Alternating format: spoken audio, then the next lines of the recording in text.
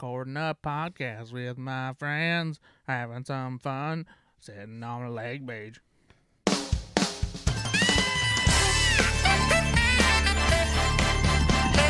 It's the 10 to 1 podcast with your host, Brad Ullman, featuring Ben Conowitz and Nate Laux. And here's the podcast. Welcome, everyone. Hello. How are you, Ben? I'm very good. Good to see you. It's a good day. It's been a while, but you look good. I love me some Bargatze. Oh, is that like Bear? a new... Is that like a... Bargatze. Like if they do like a cartoon on him? Did you go get Italian food?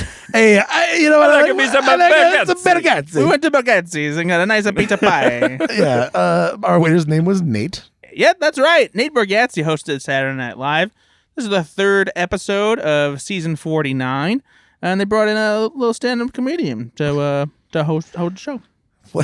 That's a very weird way of saying that, but yes, they did. The Foo Fighters were the musical guest. Indeed. I love me some Foo Fighters. I do like the Foo Fighters. Do you think Foo Fighters? Do you think Nate Bargatze is the kind of comedian where like it draws people to Saturday Night Live, or do you think that they're... Because obviously he's popular because he sells out arenas and stuff like that, but is he like a... Is it to the point where he will draw people who don't normally watch Saturday Night Live, or do you think that maybe it's like people aren't tuning in because they're like, who's Nate Bargatze? All right, so listeners might not know that we are also huge fans of stand-up. Mm-hmm. You guys have done some amateur stand-up, things like this, but we watch a lot I got paid a couple times. Okay, we watch a lot of stand-up specials as well. Would you put Nate Bargatze probably in the top 10 right now working, or 5, or what? He's in the top 3 working right now. Well, I mean, as far as quality is concerned, I'm talking like draw, kind of like name. I don't know, because like I mean, there's I would say that there's a decent amount of comedians who are like big name comedians, like Seinfeld. Yeah, the crazy thing is stuff like that. You're gonna get the ones that are doing, I would say, new material, meaning like they're working on a special and going to release this as a special, compared to Jerry Seinfeld isn't coming out with a new special, but he's touring. Yeah. And if he's going anywhere, he's going to sell out. Just exactly. Like and Chris Rock is touring a little bit. Dave Chappelle's touring a little John bit. Mulaney's touring right now. But they're not, I don't think that they're working on new specials necessarily. Whereas when Bargatze or Tom Segura or Jim Gaffigan even go on the tour right now, on a big long tour, they're releasing a new special. Yeah. Bargatze is absolutely releasing specials when he tours.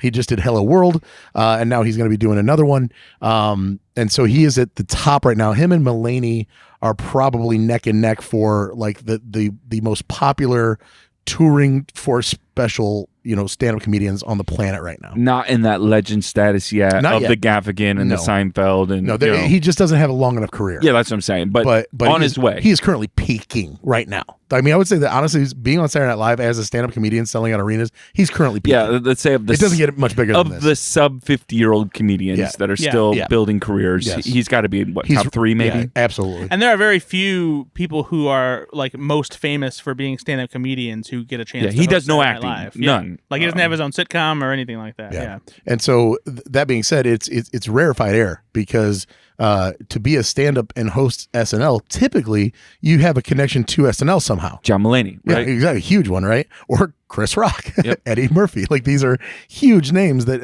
have hosted. Or you're Dave Chappelle, right? Where you are a literal household name from having a sketch comedy show. Yep. I mean, Chappelle Show was huge. There are few and far between. Gerard Carmichael is probably a good example of one that was just a stand-up. And he had a show. Yeah, he had his own show, and he also does act. So, but I mean, what I'm saying is, like, got the chance to host Saturday Night Live, but by not being a household name necessarily, because Bargatze is not either. Yeah. My mom and dad don't know his name. They know that they like a guy they introduced him to. They don't know it's Nate Bargatze, that he's got 4 specials on Netflix right now or whatever. No, a lot of people I talked to didn't know who he was. Right. Yeah. And so you're going to get the people who love him and watch his stand-up to tune into this. But by and large, people tuning into Saturday Night Live are going, who in the hell is this guy? Mm-hmm. Fair enough. I do love me some Bargatze. Oh my God. And I hope that if people were able to choke through the cold open, that they were able to see Nate Bargatze deliver some great stand-up, and hopefully they seek out his stuff, because he's a great comedian. Yeah, his monologue was fantastic. Yeah. All right, you guys ready to get into this? Let's do it. Let's do it. Hey, real quick. Foo Fighters. Fun fact before we get into the actual show, I learned something the other day. Good for you. Hey, all right. whoa. I know. Let's talk about the first. It's been a little while. I started listening to this podcast called This Is Jeopardy, and it's about like the creation of the game show. Which game show?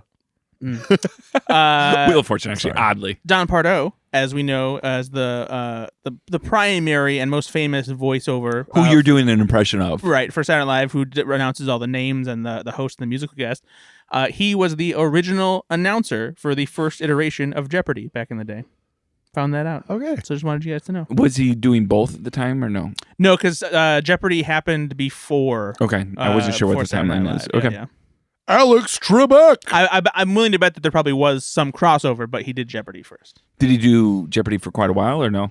Because Okay. the original iteration of Jeopardy was on for I think 11 years. Oh, you're looking around at us for Yeah. confirmation. Yeah, don't look at me.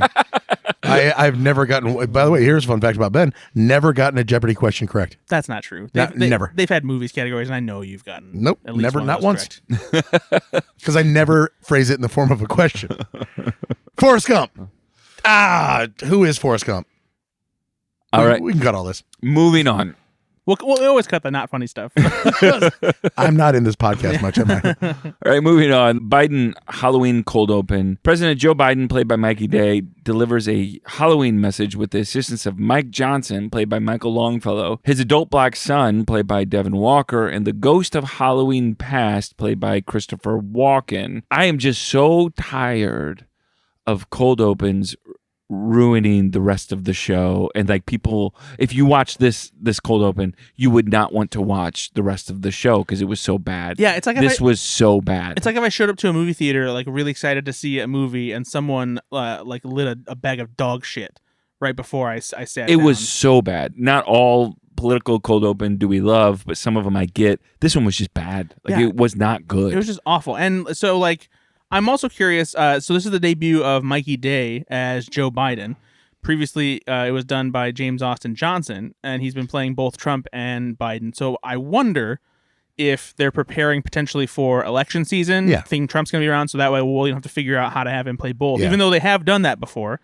Dana Carvey, didn't he do like multiple candidates one year? I don't know if they ever did with. I know Well, he had that to be Ross Perot Yeah. and Bush Senior. Yeah, I think so. there was that, and then there was and David Spade sat in for him as like. more recently. There was another time they did that, and I don't remember who it was though. There's been, I think, 9 people that have played Joe Biden on the cast of SNL. Let me see if I can name them. All right, go All ahead. right, ready? Jason Sudeikis, Mhm. Jason Sudeikis is the most popular. He did it 27 times. Woody Harrelson, Woody Harrelson did it 3 times. Jim Carrey, Did it 6 times. James Austin Johnson, 8 times. now Mikey Day, Once. Alex Moffat. 3 times. Let's see here. How many more are there? That's 6. I think you got 2 more. I did. I think you've that's done 6. 7, right? No, that's 6. I counted You did. Okay. 6. So there's 3 more. There's 9 total. So you did Jason Sudeikis, Woody Harrelson. Yep. Jim Carrey. Yep. Alex Moffat. Yep. James Austin Johnson. Mikey and Day. Mikey Day. Yeah. Okay, you have 3 more.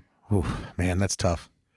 Who else kind of looks like Joe Biden? All of them did it just one time. Oh, that's gonna be tough then. I think. Yeah, Didn't Mulaney do it once? Mulaney is one. Yep. Nice, Yeah. nice. And so, are the other 2 cast members or famous people? Nope, cast members, but think when Joe Biden was in the Senate. Kevin Nealon. Correct. And then one more. Wow. That was the first That's one. a deep cut. Yeah, that was the first one. One more. Yeah, nah, I'm done. I can't think of anybody else. I don't know. Pete Davidson. Oh, wow, yeah, Jesus. Dark Brandon. Yep. Yeah, That's remember- right. Yeah. All right, those are all the cast members and All guest that to stars say, that have Mikey Day is fucking terrible. Wow. Whoa! No, I'm sorry. I'm Whoa. sorry. Hey, Mikey Day, thanks for showing up and doing your Dana Carvey impression of Mickey Rooney for Joe Biden. I didn't think. I honestly didn't think it was that bad. No, bad. I'm sorry. I thought this was fucking terrible. Like seriously, I would rather watch anybody else do this again.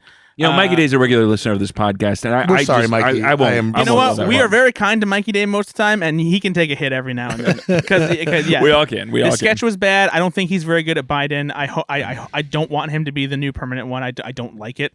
So You also just don't like change.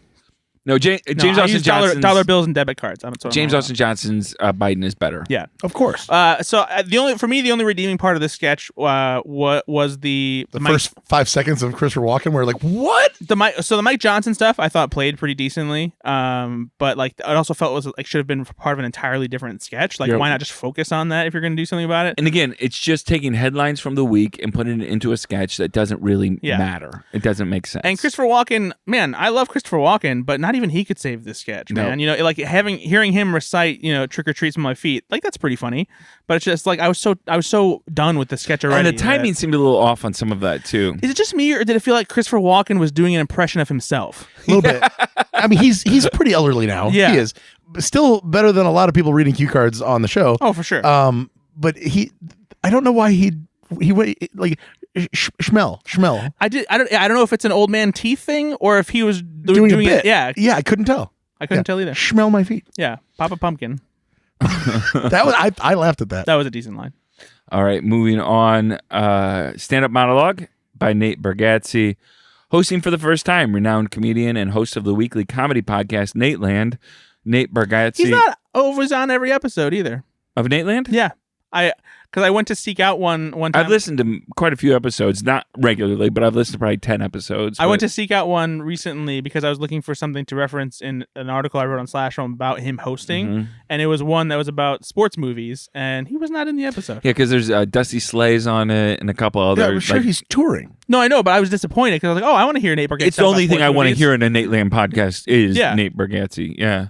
So anyway, Nate Bargatze discussed his age and how everything is futuristic now that he is 44.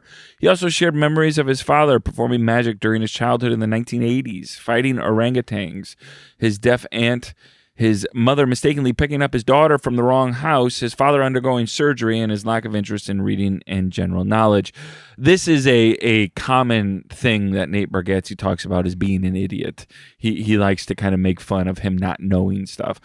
I love this bit of stand-up. It brought some of my favorite things that Nate Bargatze and talks it was about. all new, too. It was new, but it gave you a good picture of what Nate Bargatze's comedy is like, in my opinion. Perfectly dry. He's gotten so big, and yet he's not doing the thing that a lot of comics by their third album, especially now, they only can talk about airports and being on the road and being in the hotels. He's still talking about the same stuff his parents that he was talking about 4 albums ago, and it's just as good, if not better. The suburban life, essentially. It's really, really good. He has not lost that at all, and in fact, he's just honed it now. And he's just telling these stories. Stuff was just so freaking funny because my dad's addicted to Afrin. That was so funny. If for some reason you didn't hear that part of it, it was my favorite bit about that Afrin stuff. Was like, Afrin says you're supposed to use it for maybe 3 days, and he's been using it for 45 years. He's like, I'm pretty sure there's not a drug on the market that says, give it a good 45 years. And it's just the phrasing of like, give it a good. Yeah. Right? It's like that's Nate Bargatze's very clever writing style, is because it's not just give it 45 years, it's give it a good. It's very down home. It's very easy. It's very simple. Man, he's good at it. He is one of the most patient comedians too. He's willing to sit in a joke so well and slowly work you through the premise of a joke. He doesn't feel the need to kind of, sometimes comedians will smile, or sometimes they're giving away they want you to laugh here soon because they're going to smile a little bit. And then they'll step on their own stuff to get to the next one if it's not working. Exactly. And he doesn't. It actually never does. He's very patient, but also just so funny. I love this. My favorite one from this one was when he was talking about his mom going to pick up her daughter, and so she meets another grandma, and it's 2 dogs who see each other through a fence, and it's gonna take a while. It's gonna take a while. His phrasing, I think that's what I love about Nate. I have 4 grandsons. No information is being exchanged here. 30 minutes. 30 minutes. I had to go pick up my daughter from her friend's house and then find my mom. It's just so good. Again, if you've not heard Nate Bargatze comedians or in his comedy specials, this is what it is, just longer. Yeah, and okay, so we'll give you a little rundown here. If you are interested in Nate Bargatze's stand-up, what you should do is you go to Netflix and you go to the show called The Stand-Ups, and you find Nate Bargatze's episode on that, and then you go to Netflix and you watch The Tennessee Kid, The Greatest Average American, and then you go to Prime Video and watch Hello World. No, I'm sorry. There's another one. Sorry, he's live at Red Rocks. Is that I think it's just an album. No, hold on a second. Because I haven't seen any other special. Hold on. The special that the Greatest Average American, takes place outdoors. Oh, there you go. Sorry, that is the Greatest Average American, and then it does jump to Amazon for Hello World, which is just again hilarious. And now he's on tour because they'll be doing another album. Moving on, Chef Showdown. Nate Bargatze, a white chef, wins a soul food cooking contest, much to the shock of the judges, Kenan Thompson and Punky Johnson. The host of this TV show is played by Heidi Gardner, while Ego Nwodim is a contestant and Devin Walker is her assistant. Now, hold on a second. I can't help but notice that you said her name correctly wrong. We are so fucking stupid. Okay, last week I made the argument that, hey guys, I heard it said Ego Nwodim, and you're like, no, it's Ego Nwodim. You guys were so patronizing about it. No, it's Nwodim. I'm like, no, I'm pretty sure it's Nwodim. And then I texted you guys a video of them pronouncing it, and it is Ego Nwodim. Now, but Daryl Hammond, I swear to God, I do too. No, seriously, guys, it just sounds admit like you're wrong. Just admit you're wrong. No, we are wrong because I went and looked up other sources too, and she appeared on the Jennifer Hudson show, and Jennifer Hudson said her name and said it properly, and there is no N sound, but it does. Daryl Hammond does sound like he's ever so quickly and just suddenly. Yeah, exactly. So maybe that's just because we know how her name is spelled. That's just how we're hearing it. And I also don't think that N was as subtle the first couple years she was on the show. I think he actually did say Nwodim in the beginning, and I think they've just slowly corrected Miss it. Nwodim, I am so sorry. And this is the kind of thing where she let that happen for a bit, but now she's correcting people. Kind of similar to the way that Tandy Newton used to be called Tandy, but now she's going by her proper name Tandaway because that's the name that she was given, but people told her to change it so it wouldn't be difficult. Did to not know that pronounce. until now, So but there you okay. go. Yeah. Also in this sketch was a guest star, Padma Lakshmi. The episode. Hey, guess what? I didn't know that person existed until I saw this sketch. Yeah. Really? This marks Ego Nwodim's 100th sketch that she's been on SNL. So let's move to this. This was so it took kind of us 100 sketches to get her name right. We're fucking dumb. I'm so sorry. The awkward person, in a situation is a fairly common sketch trope on SNL. What did you guys think of this one? Did you think Bargatze played it well? Did you think it was written well? Kenan made me laugh a couple times quite a bit in this sketch. Kenan saved this one. It was just Kenan doing Kenan. I don't think he saved this one. I don't think he needed to I thought it was. Yeah, I thought it was pretty funny. I honestly think that most of this episode, perhaps not as well, but in a similar fashion, caters to Nate Bargatze's comedic style in the same way that the Bad Bunny episode catered to him not speaking English very well. And kudos to the writers for doing that. Yeah, because Nate Bargatze is not somebody who has done sketch comedy. Doesn't have a lot of range. Yeah, it doesn't have a lot of range, but it seems like most of the sketches worked in his favor as far as capturing his general vibe. His timing was off a little bit on some of it, but I thought he did fairly well for never doing any acting before. Right. But yeah, I liked this sketch. I thought it was pretty funny. The fact that he kept apologizing was very amusing to me. I didn't think the Padma Lakshmi thing was. It did feel weird because, important. especially if you don't know who she is. Oh, cool. I assume this is a special guest of some kind who's been on some kind of chef show, which Chef Showdown, not a real show. No, I did look that up. I did not. Did you look that up? I did. I went to look it up to make sure it's not a real show. Too. But it just feels like any other cooking competition show out there. My favorite part was Kenan flipping the plate. That was great. And I think it was improv because Heidi Gardner broke. Lost it. Yeah. That's why I said saved it, because it was fine. It just wasn't really. It was a one trick pony. You knew what was happening. Yeah, it was fine. And I think my favorite bit was when they put the Howard letter jacket on him, and he was like, "Can you please take this off?" Yeah, he did really well. That was good. Bringing out the assistant sous chefs though was pretty funny, and Mikey Dick came out. I'm sorry. Yeah. Kenan's go kill yourself. Yeah, that was really escalating. Yeah. No, there's plenty to like in this. I just it set the tone for what they were going to do with Nate Bargatze, which is not much. They're just going to let him be in the background a little bit and then just say a couple of lines here and there, which is fine. I guess I was hoping that they give him some more swings. I don't think they kept him in the background for most of the episode. But I do think that they utilized his strength. He was a one trick pony. Yeah. But that's okay.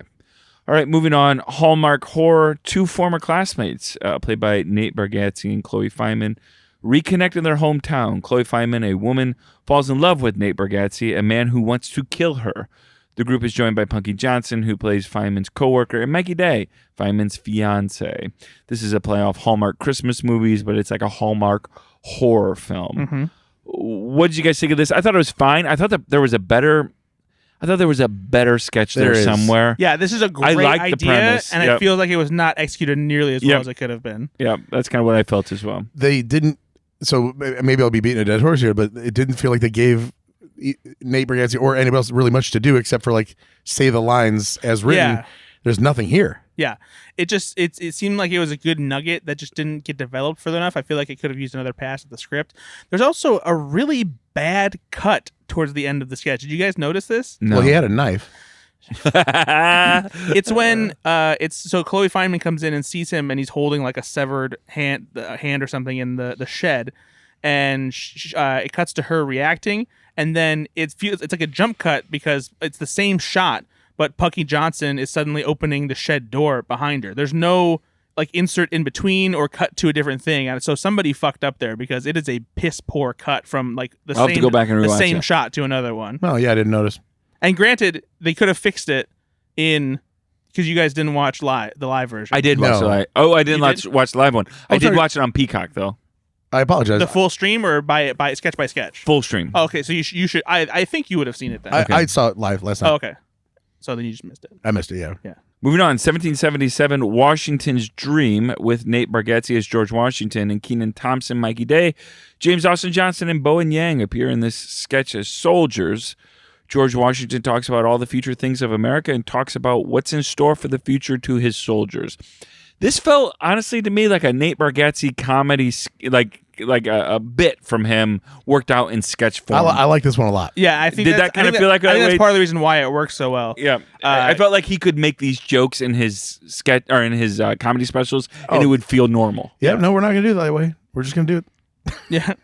No one knows. No one knows. It did. Yeah, it did have that vibe, and it was very, very funny. You know, it's one of the stupidest things is the fact that we don't use the metric system. Even though I don't understand it, I'd be happy to make the switch just to have some semblance I need of to take like a class, order though. and organization. But the best line, obviously, here is Kenan Thompson. What about all men will be created equal? Correct? And he goes, "Didn't you say something about temperature?" And it just glosses right over. And then, of course, there's another one at the end where he just walks away. But you said something about temperature, and he's like, "No, I did not." And that's so good. It was a sketch that I thought Bargatze had a little bit of a timing issue on some of those things. Yep. There wasn't as much ping pong as I wanted in there because I think this sketch was brilliantly written. It was really, really good. It was written so well that if it was ping ponging a little bit could more. Could you imagine, Nate, if this was if Travis Kelce had screwed this up, and Brad would be all over him. But Nate Bargatze probably delivered these lines just like Travis Kelce would have. Well, here's the thing: Nate Bargatze didn't derail the sketch at all, and it kind of fit like Nate Bargatze's comedy style. Travis Kelce probably would have fumbled this just like a fucking football while making out with Taylor Swift. Yeah, and not deserving any bit of it. And so and he would have had a stupid fucking mustache too. I just think that you're gonna give Nate Bargatze all the credit in the world here, and while Travis didn't do those because he's better. You're right, and he didn't ruin the sketch, and because Travis Kelce sucks, you're absolutely right. Travis Kelce, because Nate struggled a little bit with the timing on this one. Sure, didn't ruin the sketch for me. Though, was still hilarious. Yeah, I like this one. I agree. It was good. I thought it was really good. Okay, fine. One thing I had never thought of before, even though like I've heard complaints about the metric system on and off, was the fact of like measuring certain liquids, sodas and stuff in liters and milliliters, and that's like nope. Milk we made in gallons, and that was so good. I do love how this is very observational comedy, right? And I love when SNL does sketches based on observational comedy. Mm-hmm. Like this is absurd. Well, how many feet This in a is mile? Well, absurd. 5,280. Why would you not know that? How many yards? No one knows. No one knows. Or he switched between no one knows and it's impossible to figure it out. Yeah, which again is such a Nate Bargatze line. It's impossible to figure this out. Right? Also, but we're gonna use yards in football. What's football? Well, it's a game primarily where you throw a ball with your hands. Such a good bit. All right, moving on. Lake Beach, written by Dan Bulla, Andrew Dismukes, James Austin Johnson, Streeter Seidel. It's an idea based on a James Austin Johnson stand-up sketch. Where did you hear that, Nate? Stand-up sketch? Or sorry, a stand-up bit. Come on. You can find on YouTube. Who told you that? I actually read it on Reddit. No. I did before you told me, but then you told me, and I thought it was sweet that you told me that. Here's the thing. Brad likes to do this thing where he sends us stuff that just assuming we haven't seen it. Yeah. And here's the thing, Brad. We have the internet. But you sometimes we say things. Sometimes we research. But you didn't we know. research. Well, a lot of times I also don't want to hurt your feelings. Hold on, here's the thing. I don't want to hurt your feelings. You hadn't seen it. I hadn't, but a lot of times I do. I'm like, oh, okay, thanks for sending. Instead of just correcting you, like, I've already seen this. I don't want to hurt your feel feelings. bad. I don't want you. Most of the time, you don't say anything just because you don't pay attention because you're too busy playing your fucking golf video game. Nate, on the other hand, I trust that he just learns things naturally because he's an intelligent person who reads. He doesn't listen to books on tape. I'm not Nate Bargatze. That both hurt me and then double hurt me. By the way, the Bargatze stand-up thing where so many words. Like, oh, just take a break. A couple blank pages so I can catch my breath. It was just so funny. Words upon words. Yeah, it just keeps going. And the fact that he didn't go like show some pictures in there, because I've heard that before, but I've never heard put some blank pages in there so I can catch up. That's so good. So I don't think I mentioned this a while back when it actually happened, but I went to go see James Austin Johnson perform stand-up in Chicago over the summer. Well, I was at the Den Theater, and so I asked you guys if you wanted to go, and you were like, "Oh, I'm too busy with my fucking life." Whoa! Nate does not sound like that. You know that was you. I know. And so I went to go see James Austin Johnson by myself. You had a great time. I did. Yeah, I did. He was great, and so he did basically like the stand-up version of this bit where he was talking about country pop songs and singing about being at a lake location beach. possible. And so if you go listen to it on YouTube, it's on a video where like he's outside. So like it doesn't say Lake Beach or anything in the headline. You have to find it, and I knew to look for it, so I just scrolled through some of it. But he did a version of this, and it's much less polished than what we see in the sketch. But it's there though. Yeah, and it's something that he clearly riffs kind of like improv style during the there are some actual lines from his stand-up that move in here. Real quick, for those of you that haven't watched it yet, 3 male performers, kind of like a country band, like a country trio, pop, a country pop, like a kind Rascal Flatts or a Florida Georgia Line. Yeah, kind of like that. Andrew Dismukes, James Austin Johnson, and Nate Bargatze sing about a beach on a lake, accompanied by Dave Grohl, who's obviously the founder of the Foo Fighters.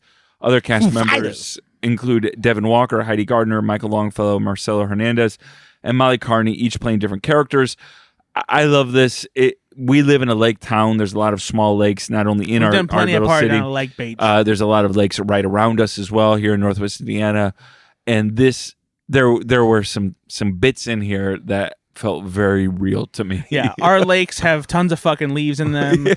People leave diapers behind. There are definitely it's not that bad. cans of beer, porta johns around. Like, this is a fucking hick town, and the lakes are disgusting. Jesus Christ! Okay, fuck off. That's not at all. I was gonna say Fish Lake, which is south of us, but whatever. Some of the lakes here suck. No, some are a little. I completely agree with the brown water, because that's, of course, it's a lake, but just like.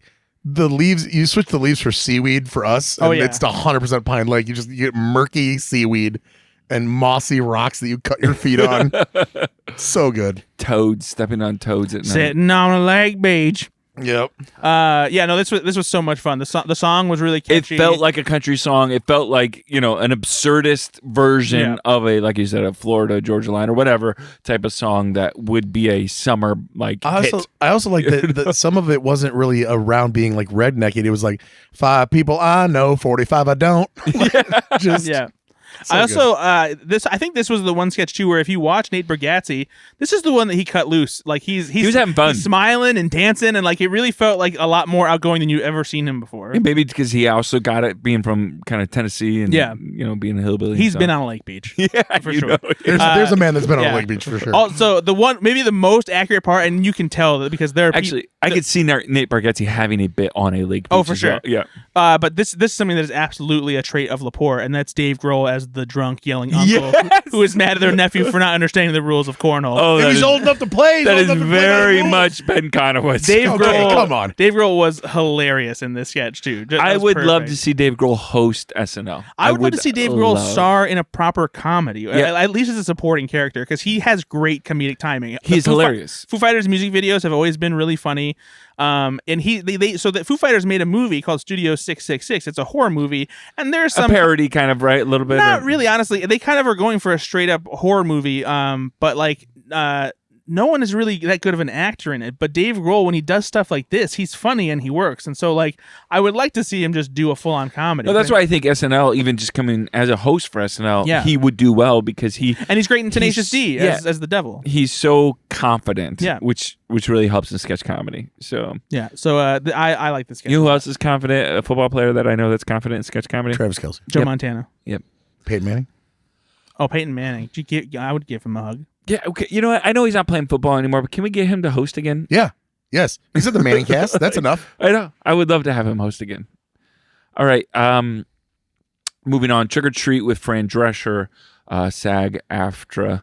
Fran Drescher, played by Sarah Sherman, discusses the rules of the SAG-AFTRA Halloween Code while using various kid costumes that are not affiliated with any TV shows or films, with Nate Bargatze and Ego Nwodim as the couple listening to her. Now, this is actually a real thing. Fran Drescher did release this. It's based on something that, like, more of like a concept that came about from it, because some people were saying that it felt like SAG was telling people, like, nobody should dress up in costumes that are tied to because there were movies some and TV. actors that, like, I think Mandy Moore was one of them that commented, like, come on. Yeah, of course. But it's the idea is that, like, if actors are going out, then they shouldn't be dressing up as, like, characters from movies and TV shows because that struck work. But, like, kids don't have to adhere to this or anything like that. But conceptually, it's very funny to imagine Fran Drescher telling, like, normal parents, like, here's what your kids can dress up as for Halloween. And I agree with that if the sketch was, like, I don't know, a minute and a half long.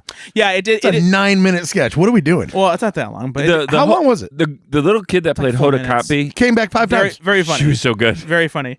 Actually, a lot of the kids. All the kids crushed it. All the kids were really good. So yeah, but yeah, it didn't feel like it had enough to really properly sustain itself. Yeah, there was a couple. This and 2 other sketches. I felt like they were really good premises that they didn't quite carry to full term, and I really wish that they would have been able to, like, make something better out of it, because it was a decent idea. Yeah, they didn't need the kid that was playing Fran Drescher at the end. I didn't think, like, the sketch was full enough. They had 3 mentions of what Nate Bargatze was wearing. I did like that. Those were good, but it's like, do you need all 3? Yeah, or make the sketch more about that, like, right. you know, his you know, they were what they say. I'm just holding a baby Ruth. I'm not dressed as Sloth from the Goonies. It was pretty funny, though. That's a good joke. Yeah.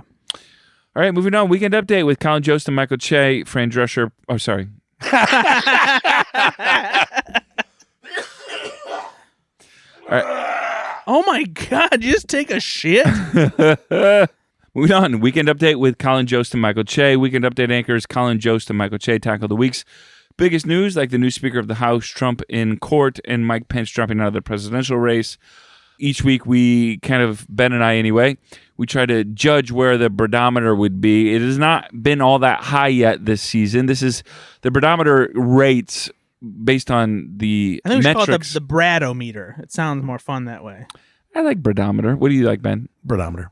This kind of rates the quality of connection that the two hosts have, spoken and unspoken, based on jokes, but also just the chemistry they have, vibing. Whether or not the Weekend Update is just working. Yeah. And so so far this as it relates to the two co-hosts interaction, there's a lot to it. There's like you said, there's spoken and unspoken things to this. Now, so far this season, not been great. I don't think you would say, right? No, it hasn't. The first one was pretty decent. Second one was a dip, so it's been okay. Okay, I want to say last week he said 50 out of 100. That's true. I'm going to say it was higher. I'm going to go 75 this time. Now, see, I think it was like the exact same, if not less. Oh, really? It didn't look. There was barely any interaction between each other. Yeah, I gotta go. I just thought the jokes were better than 50, 55.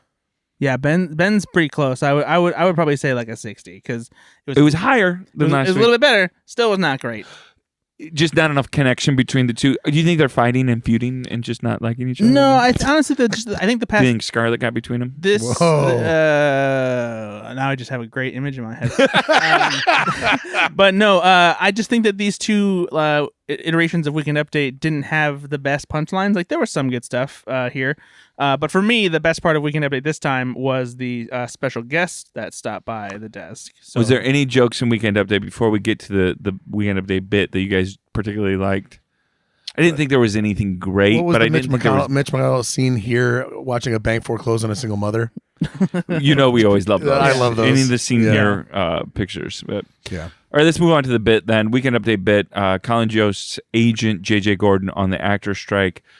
Colin's agent, J.J. Gordon, played by Sarah Sherman, stops by Weekend Update to discuss the challenges faced by actors trying to find work during the SAG-AFTRA strike. This was a Weekend Update bit that had been moved from the Bad Bunny episode. And moved to this one. Interesting. Yeah. So what did you guys think of this? Did you like it? Am still so impressed that Sarah Sherman and the writers keep coming up with ways for basically Sarah Sherman to shit on Colin Jost. Yeah. And they keep coming up with new and different ways to do it. I'm always here for it. It never lets me down. Yeah. It's fresh. And just keep going, guys. This is the same great bit reworked in a different character. I love it. You know, and I think one of the things that actually makes it even more amusing to me is that it could easily not be like Sarah Sherman as a character, but it could just be like a meta thing where like it's Sarah Sherman and she's pretending to be Colin Jost's agent in real life, and he has no idea. And so like I just love that she's just making the worst offers for him and like putting the worst roles on the table. I thought this was really funny. I really like Sarah Sherman in this. She was having fun with it. Sarah Sherman always has fun at the Weekend. And she looks like Paul Schaefer. Yeah. So great bit. It just shows me how tiny she is. Oh yeah, she's so tiny. She's so slight. Yeah. Just a little tiny lady. And she got some more play this episode. She was not in the first couple really all that much. Sarah Sherman wasn't. Yeah. She didn't have a lot of sketches that kind of featured her. Loved the ribbing. And Colin Jost is a very easy target, and he leans right into it, and it's great. Mm-hmm. Yeah. All right, moving on. Airplane, written by Mike DeCenzo, Andrew DeSmooks, Jake Norbin, and Ben Silva. A couple, played by Devin Walker and Chloe Feynman, are about to give birth on a plane, while others, played by Nate Bargatze, Andrew DeSmooks, Chloe Trost, Heidi Gardner, and Mikey Day as the pilot, argue about which job is the hardest. The sketch also features Dave Grohl in a doctor costume. Andrew DeSmooks was great in this. That's my thoughts on this. What did you guys think? This was the third sketch where I felt like there was a pretty great idea here, and it felt kind of squandered because the idea of having people suddenly trying to argue about what the second best job is after doctor in the midst of this emergency medical crisis was pretty amusing to me. I just felt like more could have been done as far as establishing the arguments as to why certain jobs, like why you felt that way about certain things, because there was some good bits about how they like treated the teacher and like how they all applauded the mother, and they're like Bargatze's line on the mom. But seriously, let's talk about real stuff here. The stuff that pays money. which again felt like a very Nate Bargatze line. Yeah. I liked this idea in theory, but I just felt like it needed something more to push it to like being a truly great sketch. Yeah, I thought it was a good sketch. I think there was a great sketch somewhere in there. I agree. I also really did like Mikey Day coming in as a pilot and like, who's flying the plane? Oh no, the autopilot, dumbass. Yeah, that was such really a good delivery. Yeah. Andrew Smook's line to Chloe Feynman where he's like, there are no doctors, so the best thing we can do right now is to establish what the second best job is. And I think we can all agree. Yes. I just thought he was great in this. I really loved Andrew Smook. And this was one too where having Dave Grohl come in and having like this Halloween costume was funny, but it was such an abrupt end. I was like, wait, what? What that was it? Okay. Yeah, again, they don't ever know how to really end these things. Yeah. That's a way to do it. But at least it didn't like end it after that with like American Airlines, fly us for Halloween. Yeah, oh Jesus. But kudos though on the sketch idea. It is a funny sketch. Yeah. Even if not all the jokes. Nate Bargatze wasn't great in this. I thought his timing wasn't great again in this one. But he had some good lines. He did fine. All right, finally, I'm really sad about this one. Please Don't Destroy film Dog Food, written by Martin Herlihy, John Higgins, and Ben Marshall. Dog food. In this pre-recorded sketch, Martin and John try a new meal prep service and eat dog food while Ben is disgusted. I love Please Don't Destroy. I thought this was a very weak one, and it just ended really weird to me. Yeah, it's there's a reason it's only 2 minutes, and I feel like they kind of knew that like they didn't really have anything particularly. I was great with this it. week. I was with it in the beginning. I thought it was a funny concept, but it didn't. As we talk about often, escalation. Yep. This didn't really feel like it went anywhere else. It was kind of the same kind of thing. Like, wow, it's so weird that they're eating dog food. And it's funny. Oh, come on, keep on going higher, right? Yeah, and there were a couple amusing asides. Like, I really like. Well, you got your name on the bowl. Yeah, my girlfriend got it. So she's behind this. No, she hates it. Yeah, there's some clever wording. In there. But it didn't feel like it was like a fully conceived short from them. Honestly, I think this was one of the worst ones. That's what I thought too, and I love them so much. They are masters of escalation. They really are. They are brilliant in escalation, and so it was really odd to see them end a sketch in a bad SNL way. R.I.P. He died. Yeah. Like it just felt so unsatisfying. Especially since I'm not sure if the typo was intentional, but it said 2018 to 2023. Yeah, because he's a dog. That's how I took it. Dogs die at 5 years old? Yeah, it is kind of, I thought it was odd too. Because I thought that as well, but didn't make much sense to me either. Oh, fair enough. Yeah. Because he's a big dog. Ugh. It's odd because last week I think was one of the greatest Please Don't Destroy sketches they've ever done, pre-tapes they've ever done. It was really, really good. Well, maybe they're resting on their laurels, guys. I don't know. And this week, well, I mean, they've consistently put pre-tapes together week after week and done, I think, really, really solid work. It's just a rare miss for them, in my opinion. All right, so let's talk a little bit about overall. How'd you like this episode? I was expecting more out of Nate Bargatze. I wanted, in what way? I wanted him to. I know he's not an actor, but neither is Dave Grohl or Peyton Manning, right? I was just hoping that maybe, Mulaney's a stand-up, and obviously he's been around SNL a long time, so that you give him a pass. But other stand-ups, Mulaney gets silly when he's on, though. Mulaney's an actor too. That's true. But I know that he's probably nervous, and he's not used to doing all of that. I just wish that there was more for. It just felt like, because the cold open was 20 minutes long and the monologue was 10 and and Fran Drescher was 20 minutes long, like there was nothing to, like, nobody in this episode got much to do because it felt like there were only 3 sketches. So I really feel like it was a short episode. I mean, that is what happens when you give the host 10 minutes to do stand up. Yeah, it felt like a very short episode. That cuts an entire sketch out at least. It felt like there wasn't a lot going on this episode. No, I thought there were some decent sketches. I think it was a decent episode overall, and I don't say that I was expecting more from Nate Bargatze, because I was cautiously optimistic already, because I knew he was not well established in any other realm of comedy except stand-up, and so I didn't think he was going to be particularly great at sketch comedy. And he's genuinely not done any acting. Yeah. He's not done guest starring, nothing. Yeah, exactly. He's not done a single And I thought he was, for the most part, pretty good. And like I said, the fact that SNL did cater to his, comedy cadence and delivery style. Wit, yeah, I thought it worked decently well. I think the episode was fine. I don't think it was great. I definitely don't think it was terrible. But yeah, I think I Where would you enjoyed rank it so far in this 49th season? I would say that it is probably right on par with Pete Davidson. Right now they'd be interchangeable. Bad Bunny is the best episode to me right now. Bad Bunny was great. I thought Bad Bunny then Bargatze. I didn't like the Pete Davidson episode all that much. I thought it was very disappointing. I was expecting more. See, but in that case, I wasn't, and kind of an opposite Nate Bargatze, because I was expecting Pete Davidson to be just fine, and he was better than I thought he would be. All right. What was your favorite sketch of the night's episode? Mine is definitely Washington's Dream. Yep. Yeah. Same. I thought it was really clever, well written. I thought you guys were going to go with Lake Beach. Lake Beach is close second for me, for sure. I loved Lake Beach. I always give a more credence to the live stuff. Yep. If it goes well. And yeah, it was also happy. clever. It was clever. That's why I really liked it. It was original. It was good. It was observational. That was a good observation, unlike some of their political sketches lately aren't good observations. I just really liked it. Yeah, I was happy that it was a live sketch. That was the best one, because the first 2 episodes, pre-recorded sketches, were the best ones. Oh, also, just going back real quick to the plane sketch, when Bowen Yang stands up and goes, "I'm a doctor," and then sit down. Not that kind of doctor. It's so good. Speaking of a guy that didn't have kind of like Sarah Sherman in the first 2 episodes, Bowen Yang wasn't used all that much in this episode. Correct. He didn't have a ton. So they don't all get even playing time, Nate. No, I know. I'm just saying, just as an observation, you didn't see him a lot in this episode. So who would you name as your MVP of the episode, Brad? We'll start with this. Was so tough. Yeah, I hadn't really thought about it much, and now that I am thinking about it, it's a difficult choice to make.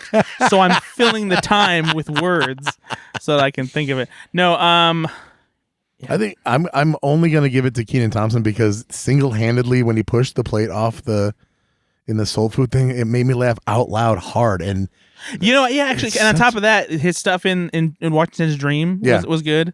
Yeah, I think probably Kenan Thompson is. And it's hard because, again, there wasn't a lot going on with. And it was pretty evenly distributed as far as like who was doing stuff this time. Oh well, you know what though, Sarah Sherman's probably pretty close. That was one of. What else did she do though instead of? Fran Drescher, So Oh, like, yeah. Like, and then she wasn't bad in it. Like she No, was, yeah, she was you're right. good. Yeah. It's a How about you, toss-up. Nate? It was a toss-up for me between James Austin Johnson and Sarah Sherman. I thought James Austin Johnson, again, using an original bit from him to write that song was really great. He was also in the Washington's Dream sketch, though not Not as prominent. kind of a prominent part. But I didn't think anybody necessarily had a standout. Yeah. night. So I could give it to either James Austin Johnson or Sarah Sherman. I think both of them. Or Keenan. And Keenan as well. I mean, but there was no Keenan sketches that he had to carry. Right. But he had some incredible lines in some sketches that Yeah, just I would say that, brought out a lot of to your people. point, Brad, Sarah Sherman did more for the show than Keenan. So I'm gonna give it both of them tie. Yeah. They tied. Yeah, let's do it. All right, so we're going to be on a break for a couple weeks. When's the next episode coming? Next episode is coming November 11th. Timothy Chalamet. Yeah, Timmy C. He's coming back, the star of Dune and Wonka coming out in December. Wonka. Sadly, Dune Part 2 got delayed to March 2024. When Otherwise, was it supposed to come out? It would have been out at the beginning of November, so it would have been perfect timing. Oh, what's going on? It's just a bad film? Nobody wants to see it? Yep, it was. Yeah, they said, you know what, this is dog shit. We're going to push it back. But no, it got pushed back because of the actors' strike, because they knew they weren't going to have anybody to help promote it. And rather than try and deal with putting out a big blockbuster sci-fi movie without any actors to help push it, they decided to delay it to March 2024. Now, what's going to be interesting about this is if the actor strike is still going on. You know what? Through the holidays, Brad? When Timothy Chalamet hosts Saturday Night Live, he will not be able to discuss or promote Wonka or Dune 2 or any other movies. Now, does that also mean he couldn't be Wonka in a sketch? I believe so, because I think that would count as promotion for the movie. There might be a way to fudge that aspect of it, because he is allowed to appear on the show, obviously. That's totally fine. But yeah, I don't know what the rules are. If they don't want I'm Billy Bonka. Now, that would be really funny, right? actually. If they don't want them to wear Halloween costumes, I'm sure they don't want them on SNL promoting. Yeah, so but that would be really funny if they did a really shitty version of Are they Wonka. close to coming to an agreement? They're still here? negotiating, still talking. The last I heard is that it might have become frustrating, and if it's not, if they haven't figured it out by mid-November, then there's a chance that they might just say fuck it and not resolve it until after winter break, in which case that will Prove Ben right, because he's been saying through the holidays since earlier this year. You said that SNL wasn't going to come back. Yeah, and you were half wrong. But the idea was half right. But like if that happens and they don't have a deal before Christmas and they've gone to break, that means the entire TV season will be shot, because they will not be able to start production and get new seasons off the ground. And that's a lot of money these studios could lose, right? Yeah, it is, and it's only because of studios' hubris and greed stopping them from striking a deal and making it so that everyone can get back to work. So there you go. Timothy Chalamet has one of my favorite songs on SNL in the last couple of years, when he was on, in 2020 or so? Tiny Horse? Tiny Horse. I love it I thought you were so much. Him and Pete Davidson, I'd love that. I didn't like Tiny Horse as much when it came out. I thought it was fine. My kids and I sang that song for months afterwards. I actually looked back at my review because I remember him being great. And I loved it. Yeah, and the stuff that I liked, though, was him and Pete Davidson. He did a lot of stuff with Pete Davidson, but the Newsmax sports stuff, when they were talking about the Jets and everything, and yeah, there was some good stuff in that episode. When they played the white rappers, though, that was so funny. He is an actor that goes all in on SNL. He does a good job. Yeah, he's a lot of fun. I'm so excited it should be a good episode. And I don't think they've announced anybody else yet. They haven't. That's it. That's all we know so far. Who's real quick about this episode. I know that we don't really talk about the musical guests all that often. However, when the Foo Fighters were on Saturday Night Live, when Christopher Walken hosted back in the 90s, I think it was the 90s or early 2000s, Dave Grohl tells a story on a podcast that Christopher Walken walked up to him and asked him, how does the pronunciation inflection happen on the Foo or the Fighters? And Dave Grohl he knows that Chris Walken has that way about him, so he says it's on the Fighters. So then when he introduced the Foo Fighters, he goes, "Ladies and gentlemen, Foo Fighters." And he does say it like that. So this was kind of they let him say the name so he could get it right this time, and it was kind of a full circle thing for Dave Grohl. Is that really why they let him do it? I mean, that's the thing that I read from Dave Grohl. Okay. And who knows if he's taking credit for that or not? But it does come full circle where Christopher Walken gets to actually pronounce it correctly because Dave Grohl screwed with him like 25 years ago. But I like Foo Fighters. Foo Fighters. Better. So we've got a week off, and then we'll be back in 2 weeks for a new episode. I think it's November 11th. So we have 2 weeks off. We're off for a week, and then we're back for, right? November 11th is when the episode is. I know, but this coming week is like November 7th. Right, so we have 2 weeks off. Oh, I mean, technically, but we've got 1 week. No, like literally. Like it's no, like this coming week is the 4th. Right, so we'll be off, and then we'll be back the very next week on the 11th. Yeah, that's what I'm saying. There's 1 weekend off in between. Am I not right here? No, What's going on? We have 2 weeks off, though. No, we don't, though. We're taking 1 week off the show because there's only 1 week without a show. Are we going to record in 1 week or 2 weeks? Oh, my God.